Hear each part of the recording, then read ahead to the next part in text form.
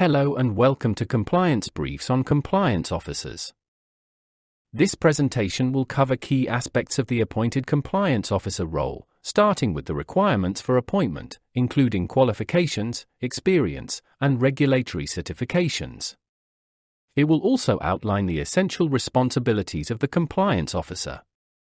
The presentation will also detail what is expected from compliance officers in terms of day-to-day duties and adherence to regulatory standards.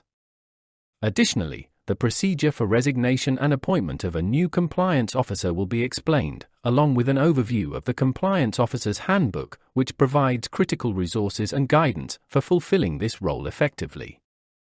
All firms licensed by ICPAC should appoint a compliance officer. An individual can be appointed as a compliance officer if they are a senior management official with sufficient skills, experience, and knowledge in AML, CFT, and compliance areas. Hold the AML, CFT certification or an equivalent exemption. Possess knowledge of the firm, its service lines, and its clients, and have the necessary authority to fulfill their duties, which may include making decisions that affect the firm's risk exposure, handling internal and external suspicion reports, and communicating with MOCAs and the Institute. The role of the compliance officer provides for the design and implementation of the systems and controls to allow the staff make internal suspicious reports through a clear and structured reporting line. The compliance officer must communicate this reporting line to all employees, ensuring they understand the process for raising concerns. Upon receiving an internal suspicious report, the compliance officer is responsible for examining and validating the information, discussing the case with the reporting employee and, when appropriate, with their superiors. This assessment and any analysis performed must be documented and retained. If the compliance officer determines that a notification to MOCAs is required, they must promptly submit a Suspicious Transaction Report, STR, or Suspicious Activity Report, SAR, via the GoAML website at the earliest opportunity.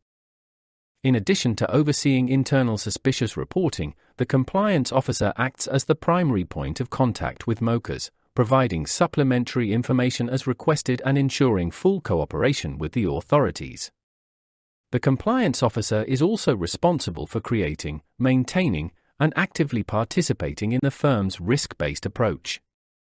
The role also includes developing robust client due diligence, policies, and procedures, as well as offering support, advice, and guidance to management and staff on money laundering and terrorist financing matters, assessing whether additional training or awareness is required to strengthen the firm's defenses. Staying updated with best practices, emerging trends, ICPAC circulars, and national and international reports is essential, as it allows the compliance officer to continuously improve the firm's procedures for identifying and reporting potential money laundering or terrorist financing activities. The compliance officer, in consultation with the firm's senior management and internal audit department, if applicable, is primarily responsible for ensuring compliance with the directives, recommendations, and circulars issued by the Institute to prevent the criminal misuse of the firm's services for money laundering or terrorist financing. The person appointed as compliance officer is also responsible for preparing and submitting the annual AML, CFT, and sanctions questionnaire in line with the ICPAC members' handbook and guidelines. Additionally, the compliance officer must prepare an annual compliance officer's report to inform the board of directors about the firm's compliance status.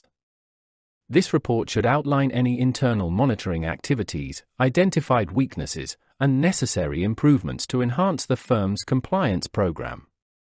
The report, along with an action plan, should be readily available for inspection during the Institute's on-site monitoring visits or upon request. The compliance officer is also responsible for compiling the firm's sanctions risk assessment in a dedicated report. This report must be approved by the board of directors or senior management and should be accessible for review during on-site visits or at any time upon request. The compliance officer is expected to make every reasonable effort to mitigate the risk of errors and/or omissions in the course of discharging their duties, especially when assessing internal reports received on money laundering or terrorist financing, which may result in a suspicion report submitted to MOCAs. The compliance officer is expected to act honestly and reasonably and to make their determination in good faith. Firms are required to notify ICPAC within 7 days of any changes to their details, including the appointment of a new compliance officer. Failure to notify ICPAC of a compliance officer's appointment will result in a fixed penalty of €500. To comply with this requirement, firms must complete and submit the Amendment of Firms Details form, which can be found on ICPAC's website under the Practicing Certificates Forms section. In September 2024, ICPAC introduced the Compliance Officer's Handbook, a comprehensive resource aimed at supporting compliance officers and their teams within ICPAC-licensed firms.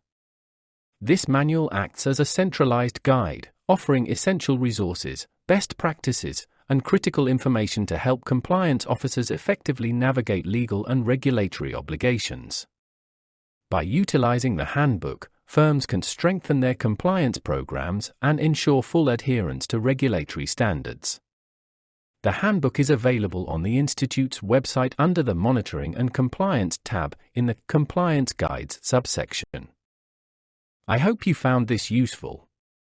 For any queries, you may contact us via email at compliance@icpac.org.cy. Thank you and goodbye.